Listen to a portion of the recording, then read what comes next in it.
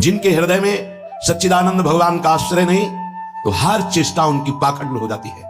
भगवत ऋषि जी कह रहे हैं, बिन विवेक वैराग्य भक्ति बिन सत्य नये को मानो, भगवत विमुख कपट चतुराई सो पाखंड जानो। ऐसा पाखंड फल फूल रहा है कि लौकिक बुद्धि रखने वाले बस यही समझते हैं कि यही सार बात है। नहीं, कर लो कर लो, तुम्हें 50-100 वर्ष मिले, पाखंड कर लो, दम्भ कर लो, नाटक कर लो, जो चाहो एकत्रित कर लो। दुनिया का एक कबाड़ है। जब छूटने का समय आएगा तब तुम्हें पता चलेगा। मन पछताई है, अवसर बीते। समय था तो प्रयाश्चित नहीं किया अपने पाखंड का, दंभ का, पाप का। कल चर्चा हुई थी, दो नहीं रख के यहां से जाना चाहिए, एक ऋण और दूसरा पाप, नहीं तो तुम्हारे को आना पड़ेगा, दुर्गति हो जाएगी। किसी का एक पैसे का, एक वस्तु का उधार ऋण नहीं होना चाहिए जीवन में। और कोई भी पाप अब हमको साथ लेके नहीं जाना। अगर भूल से हो गए हैं तो हम उनका यहां प्रायश्चित करेंगे, अंदर से जलेंगे और संत महात्माओं से पूछेंगे इस पाप का हम क्या दंड स्वीकार करें, कौन सा प्रायश्चित करें। वो जो आदेश करें बिना किसी प्रश्न के, संशय के, उसे स्वीकार कर लो, पाप नष्ट हो जाएगा। पाप और ऋण ये अपने जीवन में नहीं होना चाहिए, पर पाखंड, दंभ ये केवल पाप कराता है। भोले भाले भूले हुए जीव प्राणी वो जानते नहीं है कि किसे सत्य अध्यात्म कहते हैं। बस भूल में और भूल बटोरते घूम रहे हैं। कहीं कुछ भी तुम्हें मांगने की जरूरत नहीं, किसी के आगे हाथ पसारने की जरूरत नहीं कि आशीर्वाद दे दीजिए, हमारी प्रार्थना मान लीजिए। यदि आप नाम जापक हैं तो दूसरों को सुख देने की सामर्थ्य रखने वाले हैं। आप भगवान के अंश हैं, आप कोई साधारण नहीं। आप अपने स्वरूप को पहचानिए, ये भटकना छोड़िए। आप परम स्वतंत्र भगवान के अंश हैं, आप परम स्वतंत्र हैं। ये माया आपको जो बांधे हुए है, इसी से मुक्त होने के लिए, इसी भ्रम को मिटाने के लिए हमें मानव देह मिला है। मारे घूम रहे, हमें सुख मिल जाएगा, कोई दे देगा आशीर्वाद। अरे आशीर्वाद भगवान ने दे दिया तुम्हें, तुम भगवान के अंश हो, तुम्हें मानव दे दिया, तुम्हें बुद्धि दे दी, विवेक दे दिया। इससे तुम सुखी नहीं हो पा रहे तो किसी के आशीर्वाद से क्या सुखी हो जाओगे। आशीर्वाद भी वही लागू होता है जो सत्कर्मी होता है, जो पाप नाशक अनुष्ठान किए हुए उसी के ऊपर आशीर्वाद जाता है। आप सोचे आप करें पाप, विषय विलासिता, और आपको कोई परमहंस आशीर्वाद दे दे, आपकी सामर्थ्य नहीं कि ऐसे आशीर्वाद देने वाले महापुरुष तक पहुंच पाए। जो पे दुष्ट हृदय सोई हुई, मोरे सन्मुख आव की सोई, वो जा ही नहीं सकता। अगर चले गए तो आशीर्वाद मांगने की जरूरत नहीं है, वो बात मिल जाएगी जो तुम्हें दूसरों को आशीर्वाद देने की सामर्थ्य प्रदान कर देगी। अपने लोग भगवान को भी आशीर्वाद देते हैं, अपने लोग महारानी जी को आशीर्वाद देते हैं, उन्हीं के नाम बल से, उन्हीं के चरण आश्रय बल से। लाडली रुथारो अभी चल रहो जो सुहाग, आपका सुहाग अभी चल रहे, आप दोनों ऐसे सुखी रहे। जब हम अपने आराध्य देव श्यामा से हमको आशीर्वाद दे सकते हैं, फिर और कौन बचा। तो किसके बल से? उनके नाम बल से, उनकी आराधना के बल से। क्या आप नाम जप नहीं कर सकते? क्या आप आराधना करके ऐसे समर्थ नहीं बन सकते? समर्थ वही है जिसका हाथ फैलाना मिट जाए, किसी से भी नहीं। आपके पास नाम है, आपके पास मंत्र है, उपासना है, आप समर्थ हैं, पर आप अपनी वस्तु को पहचान ही नहीं रहे। नाम जप में रुचि नहीं, सतमार्ग सत्क्रियाएं ये रुचि नहीं, तो कहीं भी भाग के चले जाओ, दुख ही मिलेगा, अशांति मिलेगी, चिंता मिलेगी, आशीर्वाद नहीं मिलेगा। वो देगा भी तो लगेगा नहीं, क्योंकि हृदय में हमारे अंदर पात्रता नहीं आ रही। पात्रता नाम जब से आती। मान लो प्रार्थना कुछ समझ में आवे या ना आवे, राधा राधा राधा। श्रीपाद कह रहे हैं, न राधा प्रियो नापि वृंदावनम और नैव वृंदानि तत् प्रेम भाजाम। प्रेम भाजाम, जो प्रेम पात्र बन चुके हैं, जिनके हृदय में वृंदावन प्रकाशित हो चुका है, प्रिया प्रीतम खेल रहे हैं, ऐसे महापुरुषों का संग नहीं, वृंदावन का आश्रय वास नहीं, और प्रिया प्रीतम की उपासना नहीं, तो तुम्हारा जीवन धिक्कार। किस काम का जीवन? ये बच्चे पैदा करना, सोना, खाना, पीना, रहना, जीना, ये तो सुअर कुत्ता भी कर रहे हैं। देव दुर्लभ मनुष्य देह कही गई, बड़े भाग मानुष तन पावा, सुर दुर्लभ सदग्रंथन गावा, दुर्लभो मानुषो देहो। बड़ी महिमा किस बात की? भगवत प्राप्ति की, जीवन मुक्त होने के लिए, भजन रूपी धन कमाने के लिए। यदि भजन नहीं, ज्ञान नहीं, भक्ति नहीं, वैराग्य नहीं, तो फिर पशु से बढ़कर के तुम नहीं हुए, पशु से नीचे ही हुए। क्योंकि पशु तो अपने कर्मों का भोग भोग कर ऊपर उठ रहे हैं, तुम सबसे ऊपर आकर अब ऐसे कर्म कर रहे हो कि नीचे उन्हीं को जाओगे। श्रीपाद कह रहे हैं, कोई भी आराधना किए बिना प्रभु की सुखी नहीं हो सकता, चाहे वो ब्रह्मा के पद में ही क्यों ना हो। सच्ची मानना, अगर सुख का अनुभव होगा तो भगवत आराधना से। ये बैठ जाए दिमाग में, भोगों में सुख नहीं है। अनंत ब्रह्मांडों में जितने भोग हैं सब माया के द्वारा रचित हैं। अगर वो सुखद भोग लग सकता है तो प्रभु को अर्पित करने के बाद, प्रभु से जुड़ने के बाद, प्रभु की दृष्टि पड़ने के बाद। जैसे ऐसे हम पाते हैं तो अन्न है, लेकिन जब प्रभु को अर्पित करते हैं तो प्रसाद हो जाता है, और प्रसाद पाप का नाश करके हृदय में प्रसन्नता प्रकट करता है। प्रसन्नता ही भगवत आनंद की तरफ आगे बढ़ाती है। समझ में नहीं आ रहा, हम बार बार भटक रहे हैं इन्हीं भोग, इन्हीं सुविधाओं को सुख मान। अगर नाम जप नहीं चल रहा तो समेट लो जितनी सुख सुविधाएं, अंतिम समय हमारी बात याद करना, कुछ तुम्हारे हाथ नहीं लगेगा। अब भी देख लो, कोई 20 का है, कोई 50 का, कोई 40 का, 30 का, इतना समय व्यतीत हो गया, क्या है तुम्हारे पास जो यहां से ले चलोगे? और कौन सी अनुभूति है जिसमें तुम तृप्ति का अनुभव कर रहे हो कि मुझे ये मिला, मैं तृप्त हो गया? कुछ नहीं, जीरो पे जीरो हो। वही वासना, वही मांग, वही चिंता, वही शोक, वही भय, वही कामना। देखो ना, अंदर देखो, संतोष, शांति, निर्भयता, निश्चिंतता, निशोकता, परमानंद एक भी है नहीं, वो बिना भगवत आराधना के नहीं। श्रीपाद कह रहे हैं, हिरण्मम राधा नागर चरण मरणे नैव विस्मरतु तनुरपि न विपत् कोटिषु जीवन वृंदावनम क्षणम त्यजतु। ये बहुत सुंदर बात मांग रहे हैं, जब मेरे मरने का समय आवे तो हे राधा नागर अर्थात प्रिया प्रीतम, जीवन आपको समर्पित है, तो अंतिम श्वास में आप चूक मत करना। यदि जीते जी मैं आपके योग्य नहीं हुआ, आपने दर्शन नहीं दिए, आप नहीं मिले, चलेगा। क्यों? क्योंकि नाम आपका है ना, नाम के सहारे जी लेंगे हम आपकी लीला गुण गायन करके जी लेंगे, आपके प्रेमी जनों के संग से, आपके चरणारविंद के अनुराग रंग में हम जी लेंगे। पर अंतिम समय आप, बहुत सुंदर बात भक्तों ने मांगा भी है, कह रहे हैं कि अंतिम समय आप मेरे हृदय में स्फुरित हो जाए। जब मैं शरीर छोड़ रहा हूं उस समय केवल प्रिया प्रीतम। निश्चित निश्चित ये हमारा विश्वास, हमारा हृदय इस बात को पक्का करता है कि जैसे भी बने हम लगे रहे हैं जीवन भर प्रभु के चरणों में, तो अंतिम में प्रभु फिर अपनी कृपा विशेष करते हैं। उस उपासक के हृदय में प्रभु स्फुरित हो जाते हैं, स्मरण रूप में या रूप रूप में स्फुरित हो जाते हैं। यदि जीवन में किसी महात्मा का संग रहा है, श्री प्रिया प्रीतम की किंचन मात्र आराधना बनी है, धाम आदि भगवत पुरियों का, धामों का तीर्थाटन अवगाहन थोड़ा भी वास हुआ है, वो अंदर से आश्रय प्रभु का रहा है, तो अंतिम समय उसके भगवान पधारते हैं। निश्चित ये हमारा विश्वास कहता है, क्योंकि अंतिम गति ही परमपद या अगला जन्म या दुर्गति, अंतिम क्षण जो होता है वो महामहिम माना जाता है। कहते आपके विश्वास से क्या प्रमाण क्या है? तो अजामिल संध्या करने वाला, शास्त्र स्वाध्याय करने वाला, धर्माचरण परायण और बुजुर्गों की, गुरुजनों की सेवा करने वाला था। उस सेवा के लिए ही जंगल में समिधा लेने गया था। वहां व्यभिचार परायण वैश्या और व्यक्ति को देखा, कामांध हो गया। एक दृश्य ने उसे पूरे जीवन को बर्बाद कर दिया। तो अंतिम समय में जब वृद्धावस्था की सीमा चल रही थी कि उस समय संतान का योग था ही नहीं, पर संत जन आए और उन्होंने कहा कि अब जो संतान होगी उसका नाम नारायण रखना। अत्यंत आसक्ति छोटे पुत्र में होने के कारण मरने के समय वो उसे बुला रहा था, नारायण नारायण। तो शायद वो आवाज वहां तक ना पहुंची हो, पर नारायण के पार्षद आ गए और उसको परम पद मिला। ये घटना क्यों घटी?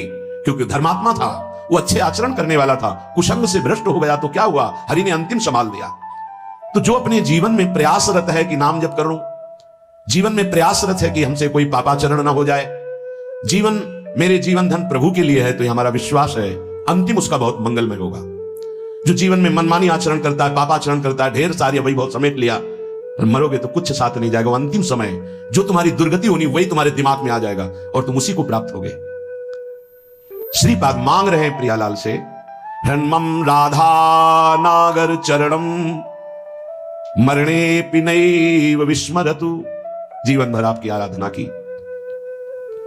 अब अंतिम समय जब मेरा मरने का आवे तो हे प्रिया प्रीतम आप स्फुरित हो जाए, आपके चरणारविंद हमारे हृदय में स्फुरित हो जाए। अब ऐसे कड़वे संसार में जन्म ना हो, जहां केवल छल है, कपट है, धोखा है, जहां सत्य का किंचन मात्र लेश भी व्यवहार में नहीं है। तत्व तो सत्य विराजमान है पर उसका परिचय नहीं, असत माया का खेल चल रहा। नहीं जन्मना ऐसे संसार में, हमें आपकी प्राप्ति करनी है। माना कि मेरे में सामर्थ्य नहीं, पर अंतिम समय आपसे प्रार्थना है आप हमारे हृदय में स्फुरित होना। और हे वृंदावन, आप मुझे ऐसी सामर्थ्य देना कि भारी दुख का समय हो अंतिम, तो भी मैं आपके धाम से अपने शरीर को बाहर न जाने दूं। यह बड़ी बात है। एक क्षण के लिए भी मैं कभी अंतिम चेष्टा में, जब मेरा शरीर भारी पीड़ा में हो, यहां से जब जाना होता है, जिनका आखिरी जन्म होता है, तो बहुत कुछ हमारी गंदगी जमा है जन्म जन्मांतरों की, वो बहुत शीघ्र भुगवाई जाती है थोड़ा थोड़ा करके। तो देखा जाता है कि बड़े महापुरुष भी अंतिम समय बहुत ही विकराल परिस्थिति आ जाती है, उस समय भागना नहीं है औषधि के लिए, नहीं, ये धैर्य उपासक के अंदर ही होता है। पास में ही राधा टीला है, अभी कुछ ही वर्षों पहले की बात है, यहां के पूज्य जो महंत जी थे, बड़े ही कुंज बिहारी श्री हरिदास चरणारविंद के अनुरागी थे। रामकृष्ण मिशन में गए, परेशानियां बढ़ रही थी, उन्होंने जांच की, उन्होंने कहा यहां नहीं, आपको दिल्ली जाना होगा, या हो सकता है आगरे में हो जाए, या तो नहीं हो सकता, न मथुरा में न वृंदावन में। उनका कुंज बिहारी श्री हरिदास, कौन जाएगा दिल्ली आगरा। हालत खराब होती चली गई, श्री हरिदास कुंज बिहारी श्री हरिदास। सबसे कहा कि स्वामी जी बुला रहे हैं हमें, जल्दी तैयारी करो जल्दी, ये अभी कुछ वर्षों की बात है, ये अपने सामने की बात कह रहे हैं, जल्दी भोग बनाओ, नहीं तो भोग नहीं लगा पाओगे, समय है अभी, राजभोग जल्दी लगाओ, राजभोग लगाओ, प्रसाद लाओ, प्रसाद, बैठो सब सामने, कुंज बिहारी श्री हरिदास, श्यामा प्यारी कुंज बिहारी श्री हरिदास दुलारी। कीर्तन शुरू हुआ, कोई समझ नहीं पा रहा क्या कह रहे हैं, बस खून की उल्टी हुई, बोले स्वामी जी बुला रहे, चले गए। ये है जीवन भर की आराधना का स्वरूप। अंतिम लीला बड़ी विचित्र होती है, उस समय आराध्य देव ही संभालते हैं।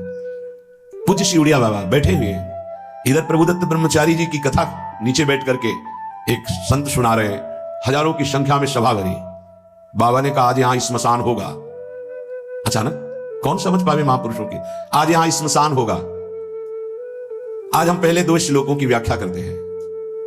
जिसका जन्म होता है उसकी मृत्यु निश्चित होती है, आत्मस्वरूप जन्मा है, उसकी कभी मृत्यु नहीं होती। धैर्यवान कभी मृत्यु से विचलित नहीं। कोई समझ ही नहीं पा रहा कि बाबा आज बेप्रसंग की चर्चा कैसे कर रहे हैं। अच्छा तो सब सुनो, जो चर्चा हो रही सुनो, प्रभुदत्त ब्रह्मचारी जी की भागवत। ओम शांत, बैठ गए, आखिरी ओम बाबा का था। इतने में वहीं आश्रम में रहने वाला एक कुछ विक्षिप्त टाइप का, क्या भगवान दास कुछ ऐसे ही नाम था, वो आया, कहने लगा लाओ हम चवर डुलाएंगे। तो ऐसे अनाधिकारी पुरुष थोड़ी महापुरुषों की सेवा में लग जाते, नहीं तुम हटो, क्योंकि सुलझा हुआ विवेकवान पुरुष ही महापुरुषों की सेवा में। उसको गुस्सा आया, गया तो चारा काटने वाला गड़ासा कहां से कैसे व्यवस्था की, एक था काल पहले से कंबल में ऐसे छुपा के आया, और इतनी रफ्तार से बाबा की चांद पे ऐसे खुले हुए ऐसे मारा 6-6 इंच गड़ासा, और ऐसे फव्वारा जैसे खून कैसे उठते, किसी को समझ में नहीं आया। सामने एक बूढ़ी माई थी, दौड़ के गई, लिपट गई, 5-6 गड़ासे मार चुके थे। अब कोई समझ ही नहीं पाया कि मतलब हो क्या रहा, काल का खेल देखो, वो सब आसपास, मतलब सब ऐसे ही।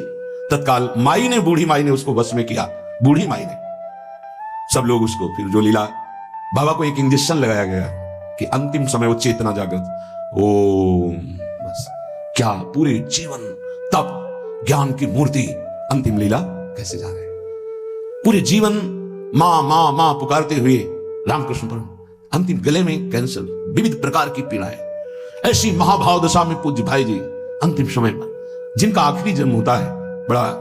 तो उसीलिए ये ब्रह्मबोध संपन्न महापुरुष हैं, जीवन मुक्त महापुरुष हैं, प्रेमी महापुरुष हैं, क्या इनकी महिमा वर्णन करे। पर ये हमारे लिए कह रहे हैं, हम सबके लिए, क्योंकि ये जो मांग रहे हैं ये तो प्राप्त है इनको, हर समय लीला में प्रवेश है इनका। इनको श्यामा श्याम की आखिरी दर्शन की आकांक्षा नहीं, क्योंकि इनकी आखिरी जीते जी हो गई। शरीर राग मुक्त भाव दे से अपने प्रिया प्रीतम के पास कोई आवश्यकता इस बात की मांगने की नहीं है। ये अपने लोगों के लिए कह रहे हैं कि हमें ये प्रार्थना करनी कि मुझे पता नहीं है कब मेरा अंतिम समय हो, हे प्रियालाल। ये हम बहुत बड़े महापुरुष की बात कह रहे हैं जो बहुत साधन परायण थे काशी में। मुझे बहुत आश्चर्य हुआ, ऐसे सब संत महात्मा घेरे हुए हैं, मध्य में वो लेटे हुए हैं। तो उनसे पूछा, स्वामी जी इस समय आपकी गति कहां है?